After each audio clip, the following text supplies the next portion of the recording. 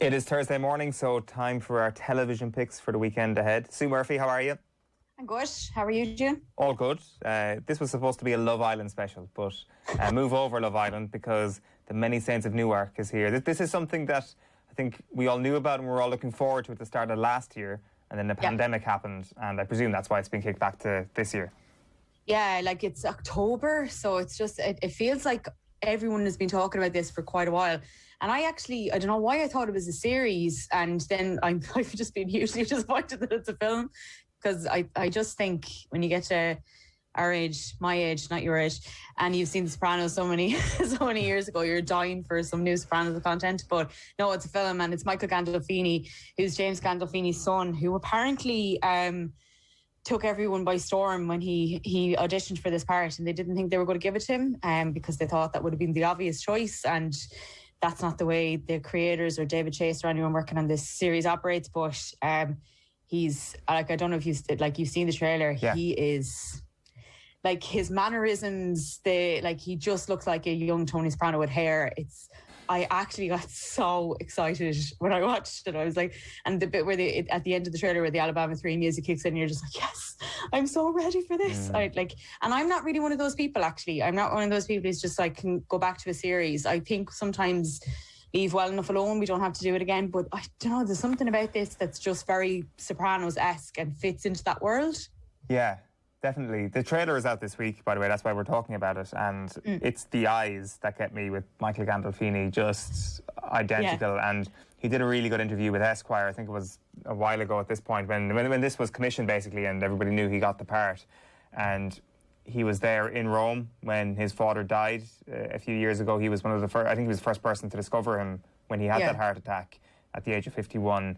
And prior to that, he had like a flirtation with stage, but nothing major. It was only after his father's death that he actually really picked up acting and kind of dropped playing sports. And he was a bit of a prodigy. He took to it really well. And I'm sure he got all the legs up he needed in terms of contacts. But there's a line in that Esquire piece where his agent was like, God, you're 1 for 1. You may as well pack it in, because he got a part in The Juice on HBO. And that was the first thing he'd auditioned for. And all of a sudden, as you say, he's come along now and taken this by storm. He didn't watch The Sopranos. He's only like after watching it back now, after getting the part, essentially. Isn't it? And he says that there's like a couple of moments where Tony Soprano has very intimate moments with Meadow or with Anthony Jr. And he's kind of like, I can see him talking to Anthony, and it's like he's talking to me. And it's a deeply emotional process for him to go back. Yeah. Yeah, like unbelievable. And I always love that about those kids, that it's just part of their lives a little bit. Like The Rock has a video up on his channel with his little daughter, and she doesn't realise when they're watching Moana that's him singing. He has no idea. Right. And I love that they're just like, they just take it in their stride. They're like, yeah, my dad's in Moana, whatever.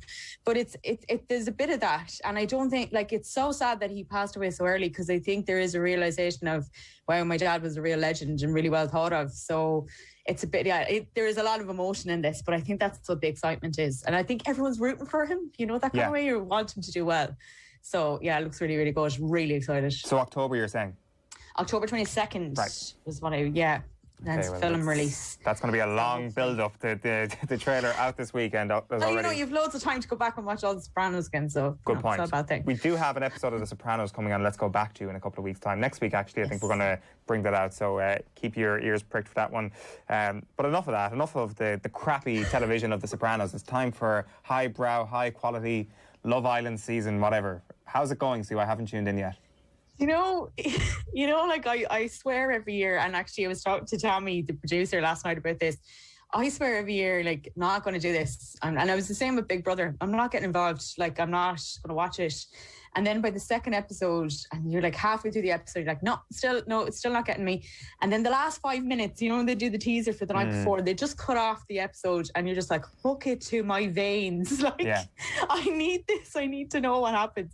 And like, there's nothing massively happened yet. There's a couple, like, I really like Liberty. I think she is, like, you just kind of look at her and you're like, oh no, she's just going to get walked all over in this place, because she seems really, really sweet.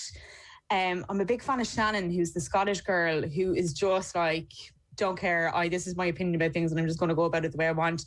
None of the guys are all a bit there's no real personality. No way. No personality? Oh my God, you don't say. I mean, it's hard to believe in Love Island, but yeah, like I felt like this a couple of years ago when I was watching it. I don't know if you've had the same day. I watched the first 2-3 weeks of it before Maura Higgins came in, and I was like about to abandon it. And then Maura came in, and you were like, yes, here we are. We have a queen of Love Island. Yeah. And they are never going to be able to recreate that. I don't know how they're going to do it. That's the really interesting thing. Sorry, is that when they do throw in a strong personality, when they do throw in somebody like Maura who is this unbelievably magnetic force in the villa, to use its technical term, that's when things get turned lopsided, and all those really bland individuals who enjoy being extremely good looking, and that's how they've judged themselves all throughout life. All of a sudden they're being challenged in maybe a more emotional way. That's when it gets really fascinating. I know, and that's the thing.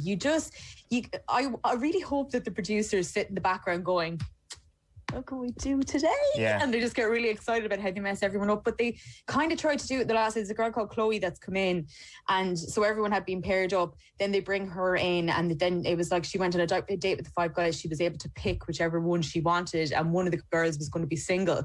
So that's a bit kind of like, but they were really trying to make her oh my God, she's Queen Chloe. And I was like, this is not Maura. And that's what I'm worried about. I'm just going to be the entire series going, but there's no Maura. Okay. But I still watch it.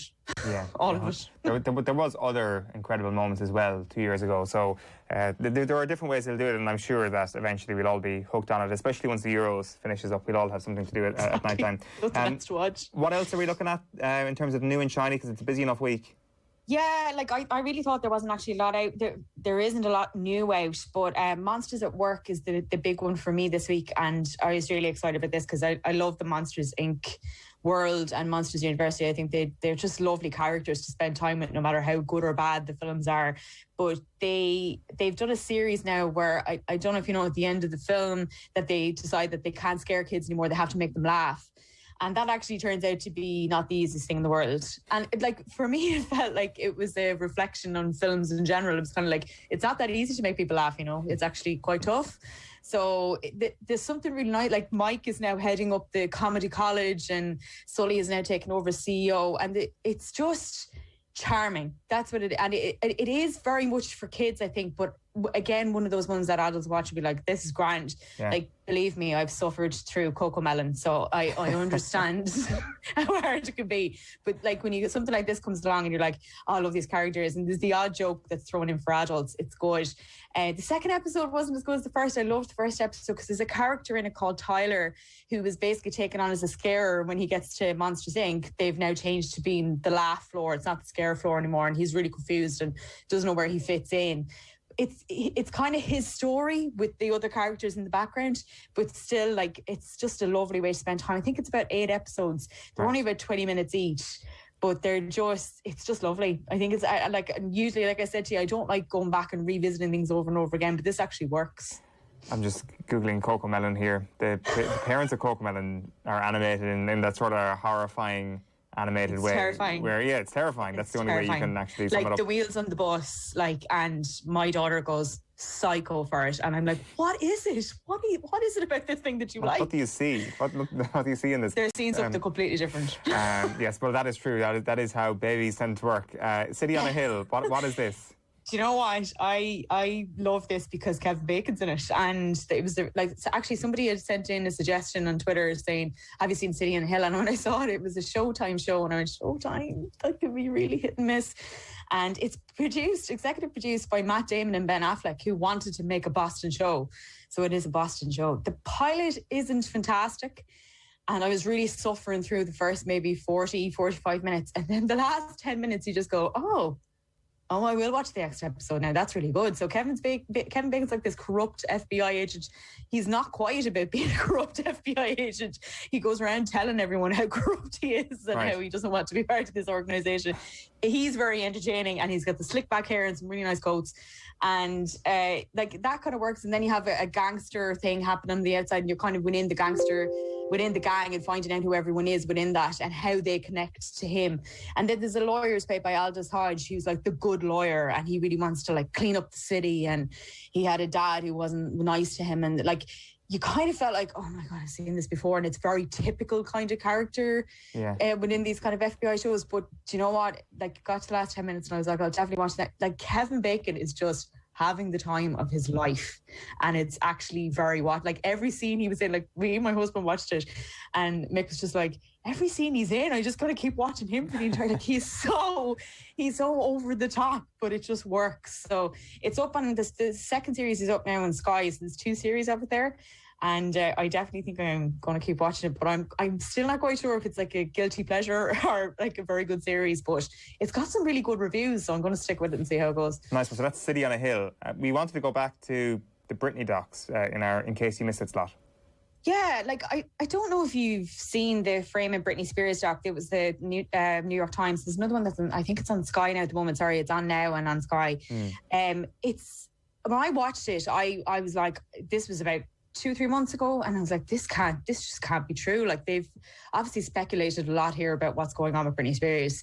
And then her court testimony last week about what her life is like and how much it's controlled by her father, down to what birth control she could use. And you just saw it all play out. And it was honestly like, you felt like it was a film. It just couldn't possibly be true. And it is. Like, she's basically a prisoner in her own home. She's worked some work hours according to her father, who's part of her conservatorship. If you haven't read the statement from her, it's truly shocking. And if you haven't seen the documentary, it's totally worth going back to watch it now, because now in a different light, when she was like, I was really embarrassed about this. I didn't want to talk about this. I'm ashamed about it.